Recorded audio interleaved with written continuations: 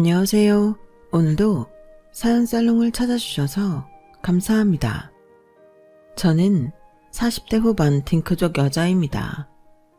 요즘 젊은 사람들 중에는 아이를 낳지 않고 부부끼리 살아가는 딩크족이 흔하게 보이는 것 같아요.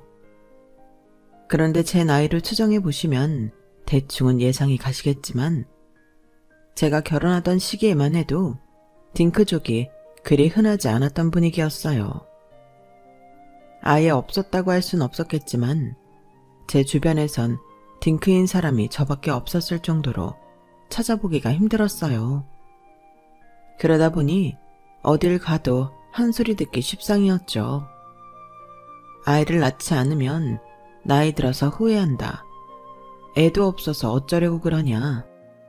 그리고 일적으로나 사람 관계로나 누군가 부딪히게 되면 애도 안 낳아본 사람이 뭘 알겠냐까지 정말 별의별 소리를 다 들어본 것 같아요.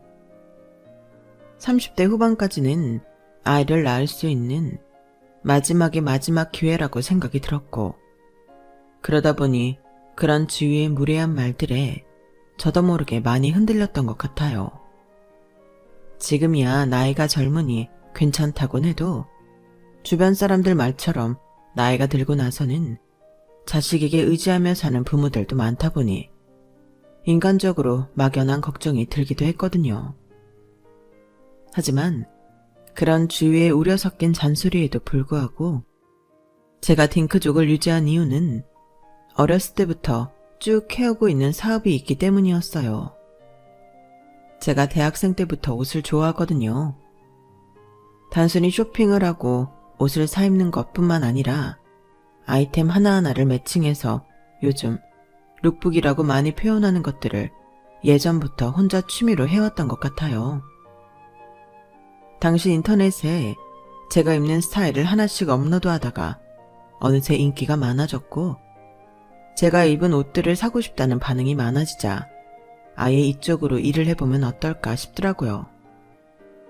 하지만 대학교 전공은 이쪽과는 거리가 멀었고 병행을 하긴 어려웠던 터라 저로서는 결단을 내려야 했어요.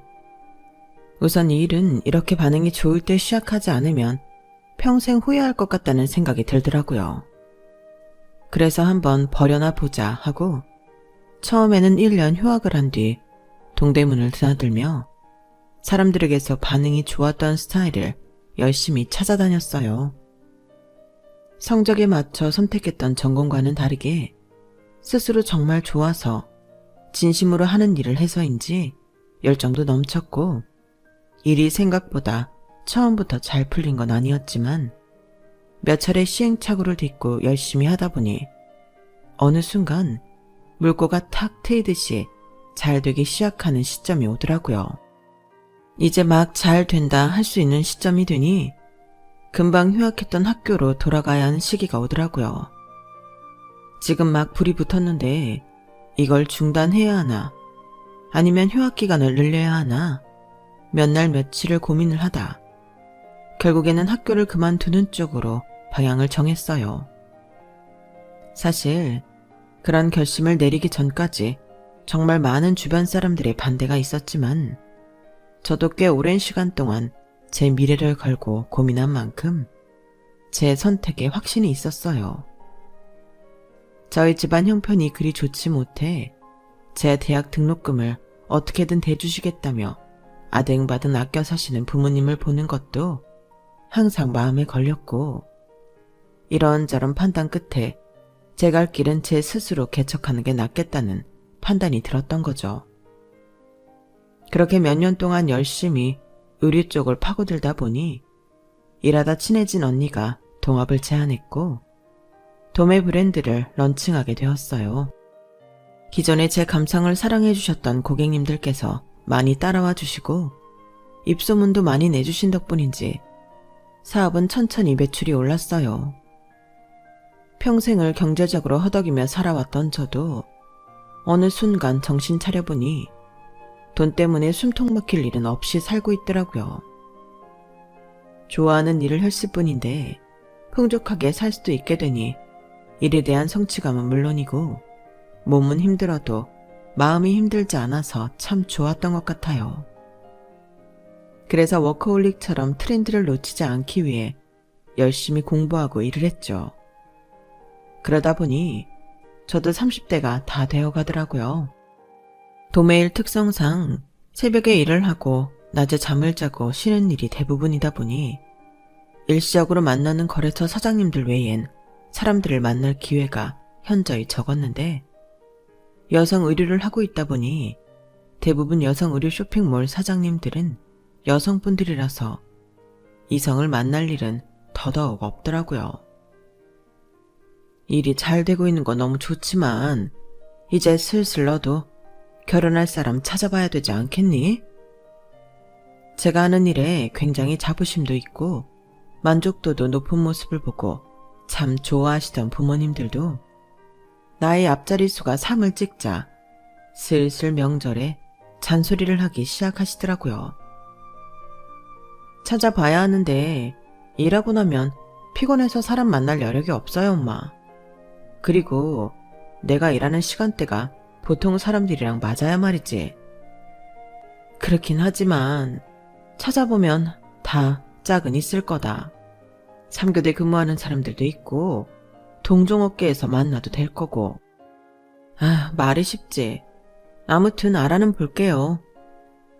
부모님께서 걱정하는 마음을 모르는 건 아니라서 적당히 대꾸하고 넘겼지만 시간이 지날수록 저도 은연중에 괜히 이러다 좋은 시절 다 가고 외롭게 늙는 건 아닐까?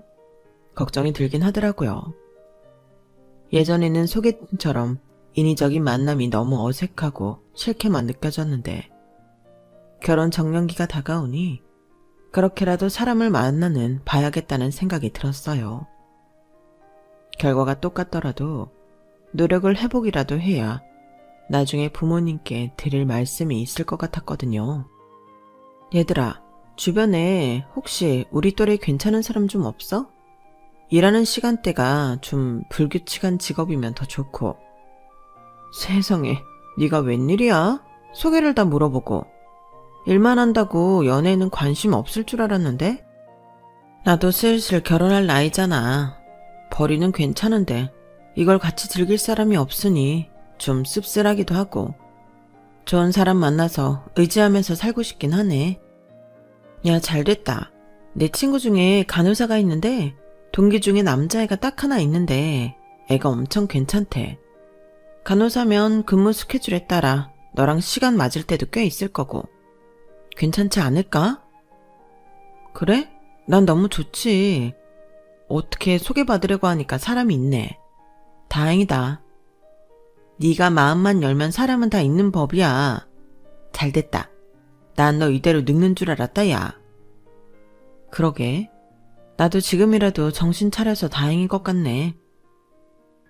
그렇게 저는 친구의 소개 덕분에 지금의 남편을 만났어요. 남자 간호사는 처음 만나봐서 신기하기도 했지만 전문직이라는 게 멋있어 보이기도 했고 만나보니 사람도 참 착하고 자상하더라고요. 다행히 당시 남편도 제가 마음에 들었는지 남편의 근무 스케줄이 제가 일하는 스케줄과 맞을 때마다 저희는 데이트를 했어요. 직업 특성상 둘 다 연락 두절되기 십상인 스케줄이다 보니 한 사람이라도 소홀히 했다면 저희는 여기까지 오지 못했을 거예요. 그런데 다행히도 서로 이 사람과는 쭉 만나보고 싶다는 생각이 강했어서 금방 연인 사이로 발전할 수 있었죠. 본격적으로 연애를 시작하고 처음 몇 달간은 참 행복하기만 했어요. 천천히 서로에 대해 알아가는 것도 재밌기만 했죠. 그렇게 연애한 지 반년쯤 지나니 서로의 가족사나 인간관계 등등 사소한 것까지 어느 정도 속속들이 알게 되더라고요. 그러면서 새롭게 알게 된 사실도 있었죠. 사실 저는 외동이라 그렇게 많이 할 만한 가족 얘기는 없었는데 남편에게서는 6살 위인 나이 차이가 좀 나는 형이 하나 있었어요. 나중에 당신도 만나보면 알겠지만 우리 형이 워낙에 좀 잘난 사람이야. 치과 의사에 결혼도 부잣집 딸내미랑 했어. 부모님께서 학구열이 유독 강하신 분들이었는데 공부시키는 대로 원하는 결과를 내는 형만 키우다가 늦둥이인 나를 키우면서 실망을 좀 많이 했지. 의사 집안 만드시겠다고 나한테도 투자를 꽤 많이 하셨는데 다는 공부 쪽 체질은 아니었나 봐. 죽어라 공부해도 부모님한텐 실망스럽기만 한 성적이었어. 의대는 당연히 택도 없는 성적이어서 그래도 부모님 소원대로 의료업계에는 뛰어들어야겠다 싶어서 간호사를 택하게 된 거야. 그랬구나. 그럼 당신이 원해서 그 길을 간 건 아니었구나? 그러게. 나도 내가 뭐가 되고 싶었는지 기억도 안 나고 지금도 잘 모르겠어. 그냥 의사가 되어야 한다는 한마디에 이 악물고 공부했는데 안 되니까 간호사라도 지원한 건가 봐. 그래도 괜찮아. 간호사 일 나한테 생각보다 잘 맞거든. 되게 보람 있는 일이기도 해서 가끔 부모님 아니었음 어쩔 뻔했나. 뭐 그런 생각도 하고 그래. 말은 그렇게 해도 남편의 눈빛은 어쩐지 씁쓸해 보였어요. 항상 제가 좋아하는 일을 하고 누구보다 열정적인 모습을 보면서 응원하고 부러워했던 사람이었거든요. 그 이야기를 듣고 나서야 남편이 그동안 왜 그토록 제 일 이야기를 할 때 유독 부러움 섞인 눈빛을 보냈었는지 이해가 가더라고요. 남편의 가족사는 들어보면 들어볼수록 장남과 차남에 대한 차별이 심한 듯 했어요. 시부모님도 조부모님께서 물려주신 재산이 꽤 되셔서 경제적으로 풍족하게 남편과 아주버님을 키우셨기 때문에 며느리도 어느 정도 부유한 집안의 자제로 원한다는 사실도 알게 되었고요. 그걸 알게 되니 결혼을 선뜻 하기에는 조금 꺼려지는 면이 없지 않아 있더라고요. 하지만 그것과는 별개로 3년간의 연애 기간 동안 봐온 남편은 제가 중요하게 생각하는 가치관들을 모두 충족시키는 마음이 따뜻하고 안정적인 똑 부러진 남자였어요. 결혼을 한다면 며느리의 기준이 까다로운 시어머니께서 당연히 반대가 들어올 건 알았지만 그걸 감수하고서라도 결혼하고 싶을 정도로 남은 인생을 함께하고 싶은 사람이었죠. 남편도 저와 같은 생각이었는지 어느 날 갑자기 주머니에 숨겨두었던 반지를 꺼내며 프로포즈를 했어요. 이런 말하긴 내가 너무 염치 없고 미안하지만 나랑 결혼해 줄래? 세상에, 이런 건 언제 준비한 거야. 당연하지. 나도 이제 당신 아니면 결혼할 생각도 없어. 그렇긴 하지만 이미 우리 집안 분위기는 다 아는 상태에서 선뜻 결혼을 하자는 이야기가 참 어렵더라. 시간 끌고 싶지 않았는데 결혼에 대해 어떻게 생각하는지 알 수가 없어서 좀 망설였어. 근데 이제 더 이상은 미룰 수 없겠더라. 용기 내줘서 고마워. 좀 어려울 거 아는데 그래도 당신이랑 결혼 꼭 하고 싶어. 아니야. 나야말로 당신 다치는 일 없게 노력할게. 고마워. 나랑 만나줘서. 막상 청혼을 받으니 마음이 몽글몽글하면서 앞으로 다가올 시련 같은 건 거뜬히 이겨낼 수 있을 것 같다는 생각이 들더군요. 우선 남편이 저희 부모님께 먼저 인사를 왔고 저희 부모님은 남편을 참 마음에 들어 하셨어요. 예의 바르고 상냥한 사람인데 미움받는 게 더 이상한 일이었죠. 성공적으로 저희 집 인사를 마치고 나니 왠지 모를 자신감이 생겨서 바로 예비 시댁에도 인사드리러 갈 날짜를 잡았어요. 당일날은 정말 그 어떤 날보다도 긴장이 되어서 준비 한 2시간 넘게 했던 것 같아요.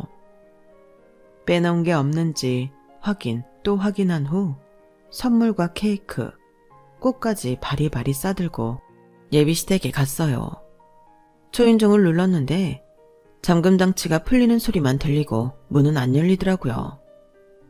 약간 어리둥절함 끝에 남편이 문고리를 잡고 열었어요.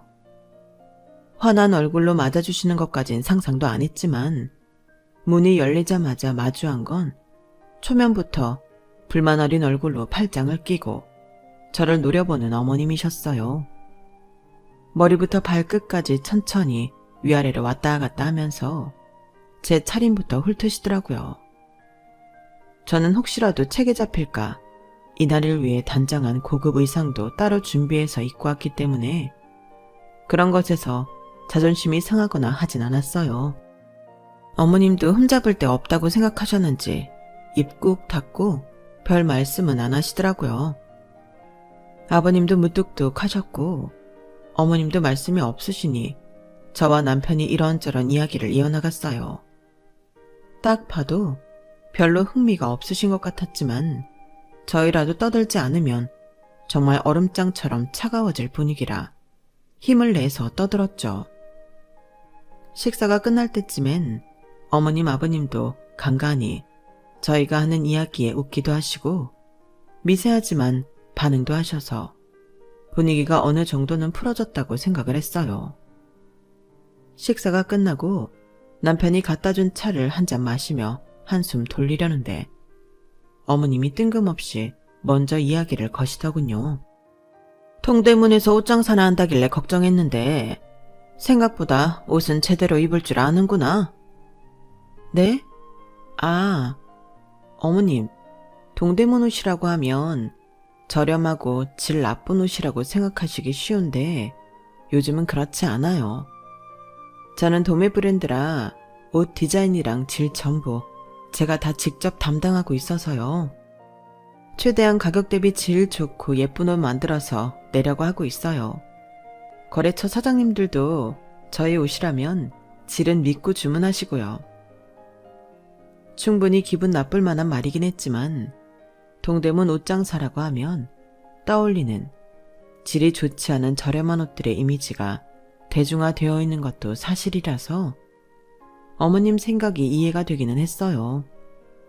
그래서 딱히 기분이 상하진 않았고 잘 모르시는 것 같으니 천천히 편견을 깨드려야겠다는 생각만 했어요. 하지만 어머님은 코웃음을 치시더라고요. 그렇게 질이 좋은 옷이면 오늘도 네가 만든 옷을 입고 오지. 왜 백화점 브랜드 옷을 입고 오니? 딱 봐도 지금 입은 옷은 동대문 옷이 아닌데? 아, 아무래도 오늘은 중요한 자리니까 제가 만든 옷보다는 더 격식 있는 옷을 입어야 할 것 같아서요. 제가 만드는 건 거의 캐주얼이고 질이 좋아도 백화점 브랜드만큼은 못 되어서. 그러니까 그게 질이 나쁜 거지. 그걸 싸구려 옷이라고 하는 거고. 어머님, 그래도 제가 싸구려 옷을 만들지는 않아요. 순간 싸구려라는 말에 살짝 화가 나서 받아치니 분위기가 순식간에 싸늘해지더라고요. 그래? 너도 뭐 사업하는 사람이다 이거야? 그런 옷 팔아서 벌면 뭐 얼마나 번다고? 너 우리 집이 어떤 집인 줄은 알고나 인사 왔니? 얘 형이 말이야. 의사야 의사. 얘 할아버지도 의사고. 네 알아요. 의사 집안인 거. 근데 그건 대대손손 다 의사였을 때 이야기죠. 어머님 아버님은 의사 아니시지 않아요? 뭐라고? 집안에 어쩌다 의사 2명 나온 걸 가지고 의사 집안이라고 하진 않지 않나 해서요. 그리고 제가 그 귀한 의사랑 결혼하겠다는 것도 아닌데 그걸 왜 저한테 말씀하세요?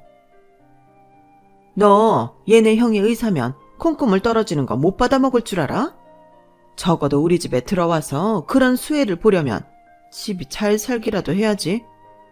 너는 형편 어려워서 자수성가했다고 들었는데 그런 애들은 아무래도 좀 억척스러운 데가 있어서.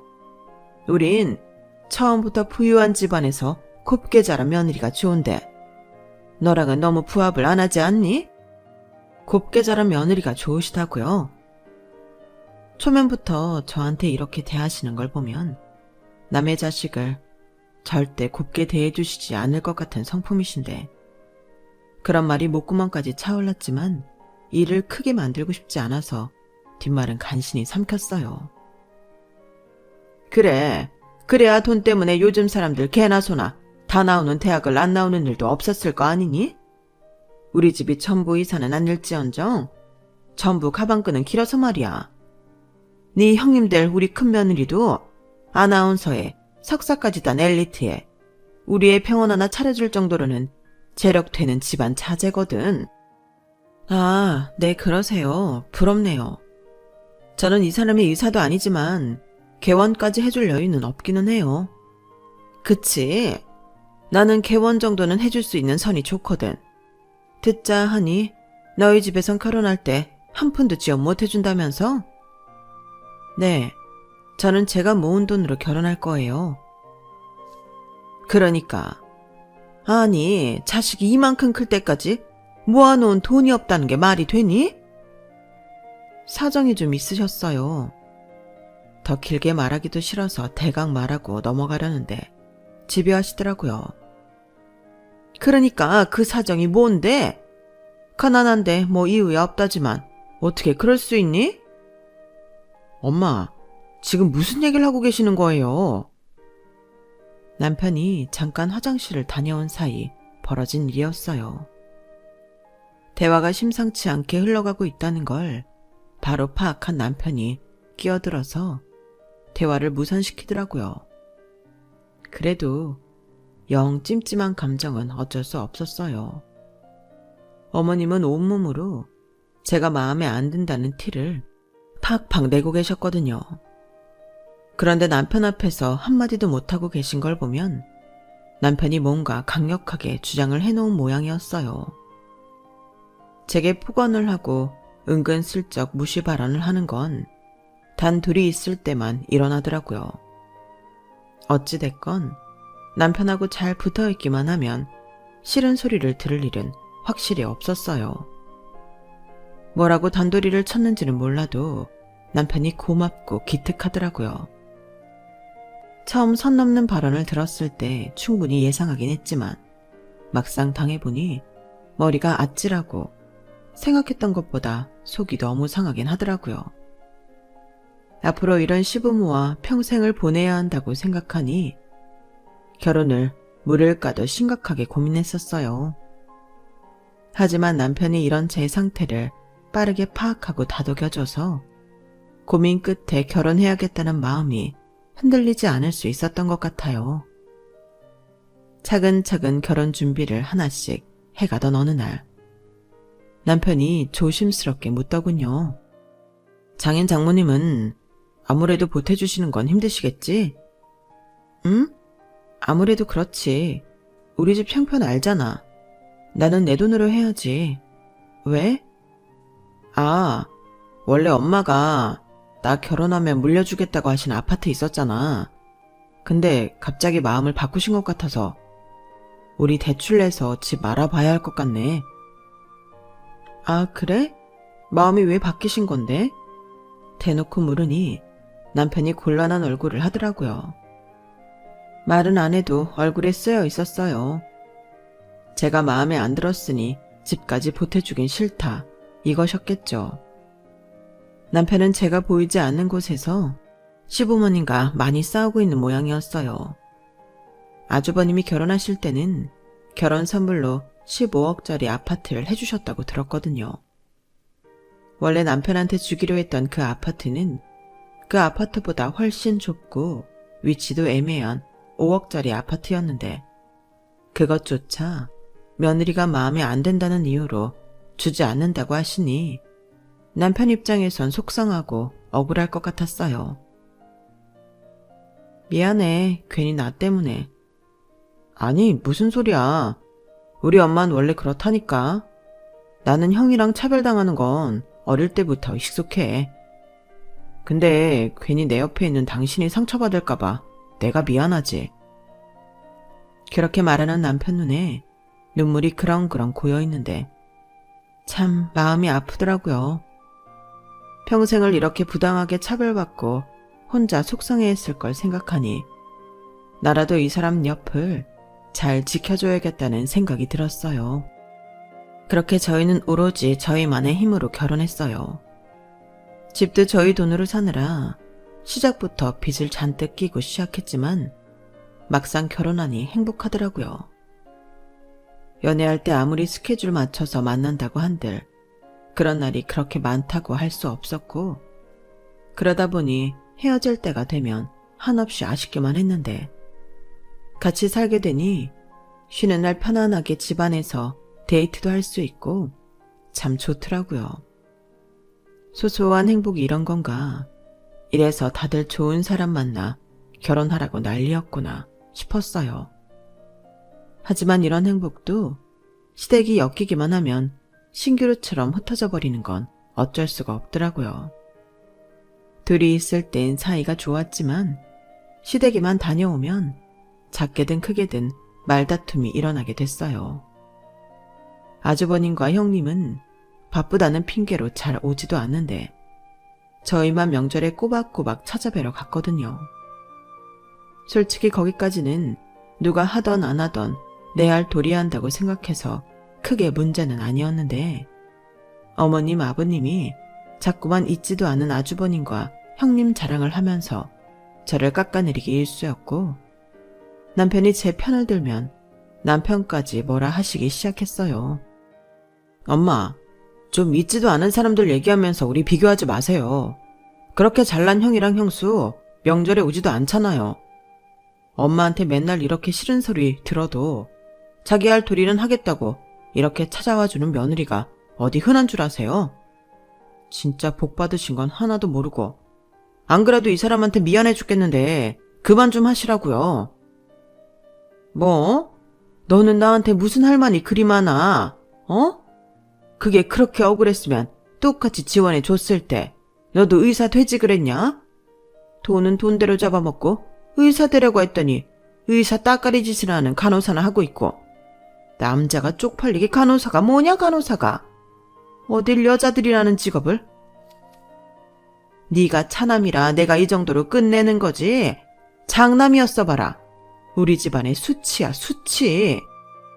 남편은 어머님이 저한테 뭐라고 하실 때는 나서서 제 편을 들어주면서 정작 본인을 내려칠 때는 왠지 모르게 기가 꺾여 아무 말도 못하더라고요. 그럼 제가 어머님께 한마디 하게 됐고 가족 싸움이 크게 번지게 됐어요. 여보, 엄마가 나한테 뭐라고 할 때는 그냥 가만히 그러려니 하고 있어. 괜히 일이 커지잖아. 뭐? 당신이 그런 소리나 듣고 있는데 어떻게 가만히 있으라는 거야? 당신도 문제야. 그런 소리를 하면 받아치라고. 간호사는 뭐 아무나 돼? 당신도 열심히 공부해서 된 거고 누군가에겐 꿈인 직업이야. 어떻게 그렇게까지 하대할 수가 있어? 그냥 내가 잘못한 거야. 내가 좀 더 열심히 했어야 했는데 매번 실망시켜드려서 그래. 그러니까 그냥 이런 얘기는 끼어들지 말고 못 들은 척 해줘. 내 편 들어주는 거 너무 든든하고 고마운데 엄마도 한이 돼서 저러시는 거니까. 그러니까 그게 그렇게 한이 될 일인가 싶어서 저는 도저히 남편이 이해되지 않더라고요. 누가 봐도 어머님이 부당하게 하시는 게 맞는데 맞서 싸울 생각은 않고 묵묵히 듣고만 있으려고 하는 게 답답하고 화가 났어요. 평소에는 싸울 일이 별로 없는데 시댁에 가면 이런 문제로 자주 싸우게 되니 저도 너무 피로하더라고요. 게다가 이렇게 싸우고 저까지 나서서 시어머니랑 싸우고 난 다음 명절은 더 처참했어요. 저에게 어떻게든 시집살이를 하나라도 더 시키려고 혈안이 되어서는 요리는 물론이고 설거지, 청소까지 따라다니면서 깐깐하게 잔소리 하시더라고요. 물론 저는 그런 것에 일일이 스트레스 받기에는 이미 정신이 많이 단련되어 있는 상태라 한 귀로 듣고 한 귀로 흘리면서 하라는 것만 금방 하고 무시했어요. 어머님도 더 이상 저한테 잔소리가 통하지 않는다는 걸 아셨는지 어느 순간부터는 투명인간 취급을 하시더라고요. 어머님은 제가 그걸 더 불편하고 어려워할 거라고 생각하신 모양인데 오히려 저한테는 더 편해서 굳이 시어머니와 관계를 개선해보려는 노력 따윈 굳이 하지 않았어요. 그러다 사건이 생겼어요. 시아버지께서 오래도록 지병을 앓고 계시다가 돌아가셨는데 재산을 전부 장남 앞으로만 주셨다고 하더라고요. 그동안 아무리 차별받고 해와도 참았던 남편도 이번만큼은 너무하다고 생각했는지 목소리를 냈어요. 너희 아버지가 다 나랑 상의해서 결정한 거다. 재산은 당연히 가문의 대를 잇는 집안 기동한테 물려줘야지. 너네는 직업이 튼튼하길 하냐, 애가 있길 하냐. 저 얼마 벌지도 못하는 옷장사 포기 못하겠다고 애도 안 낳고 저러고 있는데 무슨 재산이 필요하다고 그러니? 원망하려거든 내가 아니라 네 마누라를 원망해라. 인생은 원래 작은 걸 탐하다가 큰 걸 잃는 법이야. 그때쯤 또 형님이 출산한 지 얼마 안 됐을 때라 딱히 할 말도 없더라고요. 솔직히 전 어머님 하시는 걸 보면 재산을 장남에게 물려주는 건 예상하고 있던 바라 별로 놀랍지도 않았어요. 그래도 차남 몫을 조금이라도 남겨놨을 줄 알았는데 정말 땡전 한 푼 없이 장남에게만 줄 줄은 몰랐죠. 남편도 애 이야기가 나오니 할 말이 없었는지 또 속으로만 삭혔어요. 왜 말 한마디 못하는지 답답하긴 해도 결혼한 지 시간이 꽤 흐르니 저도 남편을 어느 정도 이해하게 되는 부분이 있더라고요. 어차피 싸운다고 해도 요지부동인 뿐인데 더 싸워야 뭐하나 싶기는 했어요. 다만 조금 달라진 건 남편도 이 일로 크게 실망을 했는지 시댁에 찾아가는 횟수가 현저히 줄어들었어요. 원래는 명절에 여행을 가더라도 시댁과 친정을 한 번씩 들리고 갔었는데 이제는 친정만 가도 괜찮다고 하더군요. 진짜 그래도 괜찮아?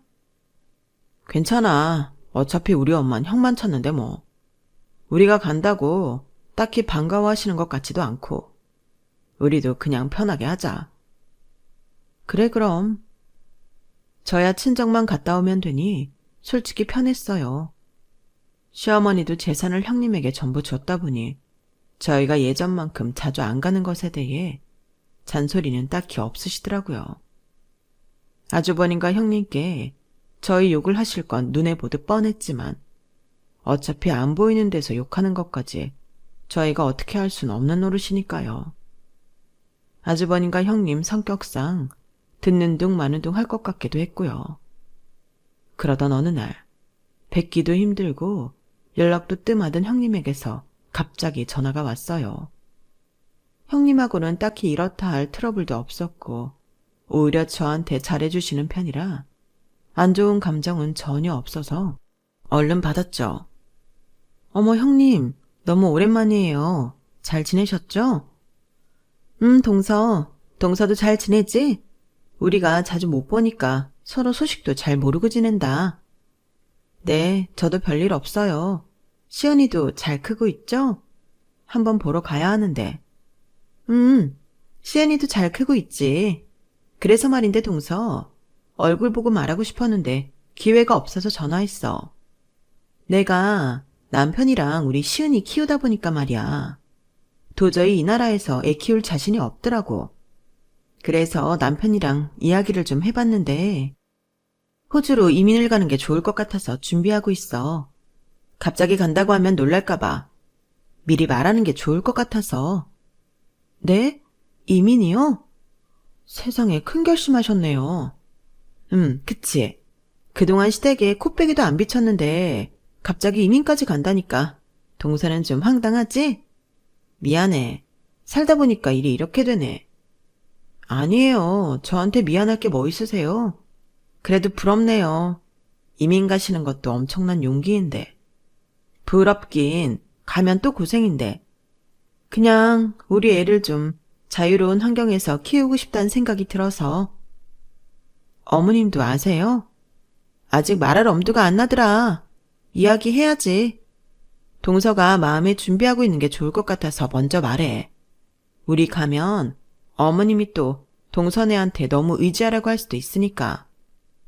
근데 말야, 나도 같은 며느리로서 우리 시어머니 같은 사람 딱 싫거든.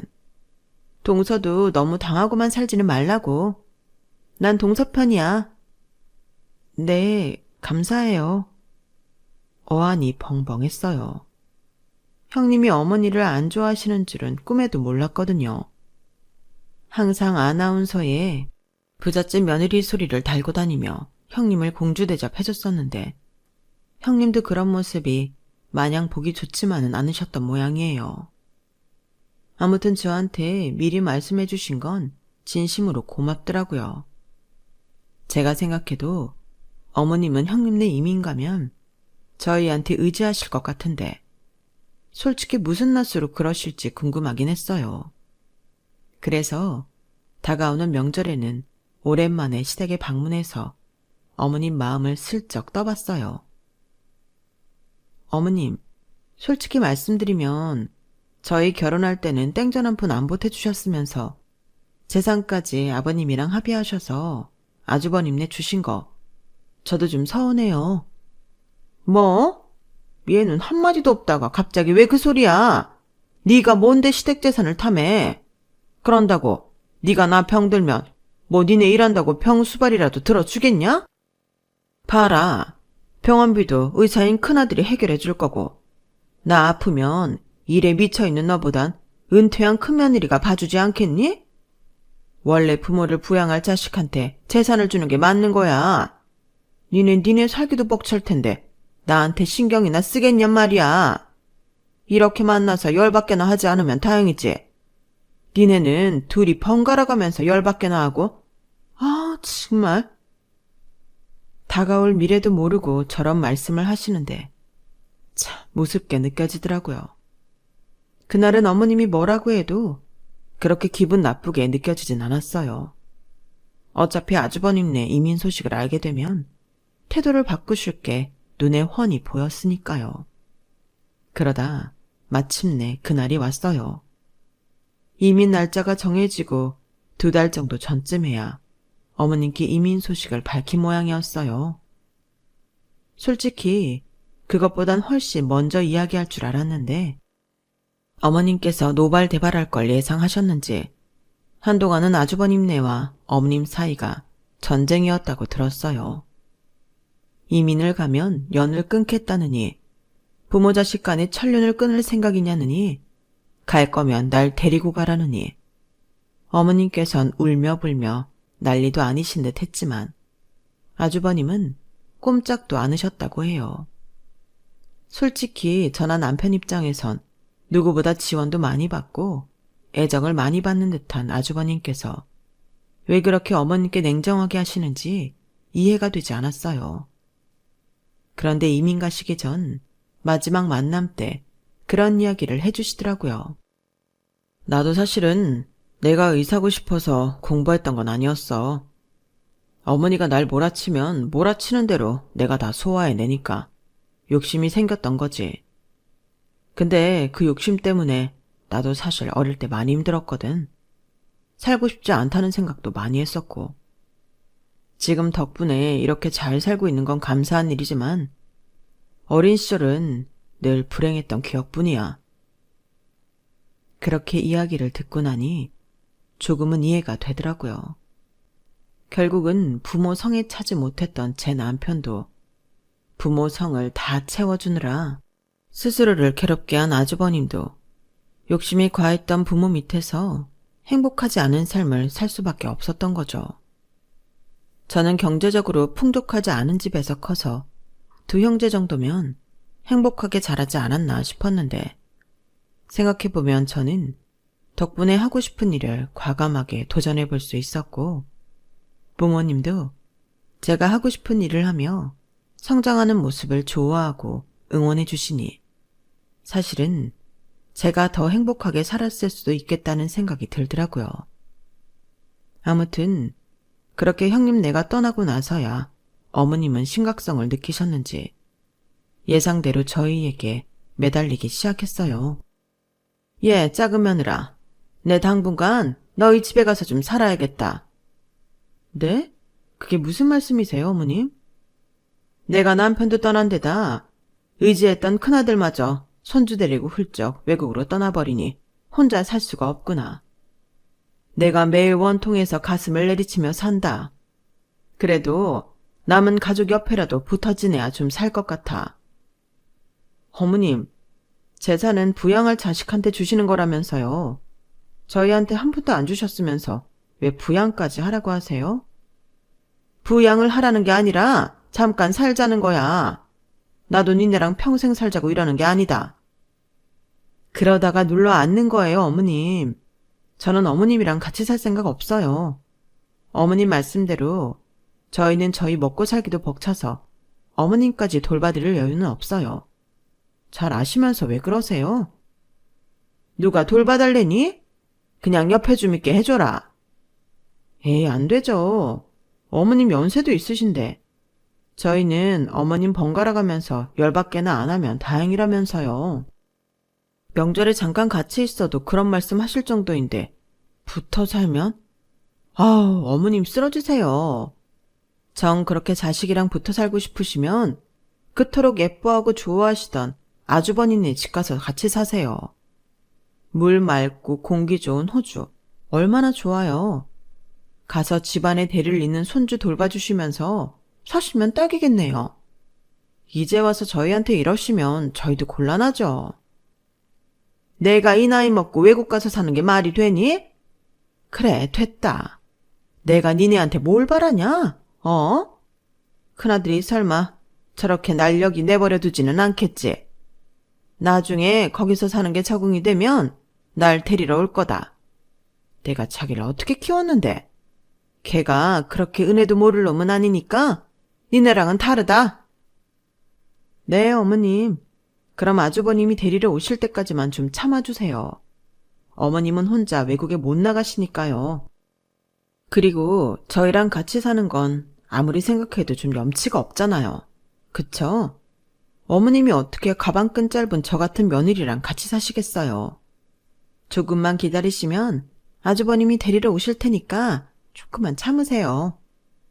그래, 내가 다시 너네랑 같이 살자고 하면 사람이 아니지. 먹여주고 입혀준 부모한테 이렇게밖에 못하냐? 그런 말씀은 남편한테 하셔야죠. 절 길러주신 건 저희 부모님인데요. 네 남편 부모가 네 부모지. 됐다. 너같이 막 자란 애한테 내가 무슨 얘기를 하겠냐? 남편 부모가 어떻게 제 부모예요, 어머님?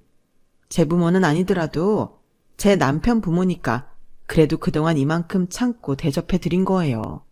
그걸 아셔야죠. 내가 고작 명절에 와서 음식하고 설거지하고 간 게 뭐 그렇게 시부모 대접해 준 거라고 그러냐? 그 정도는 다른 집 며느리들도 다 해.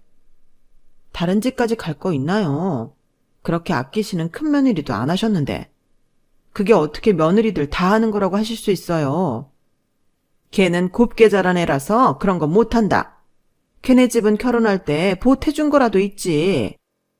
저는 어머님이 결혼할 때 보태주신 거 없어도 이렇게 잘했잖아요. 너 진짜 그만 못해?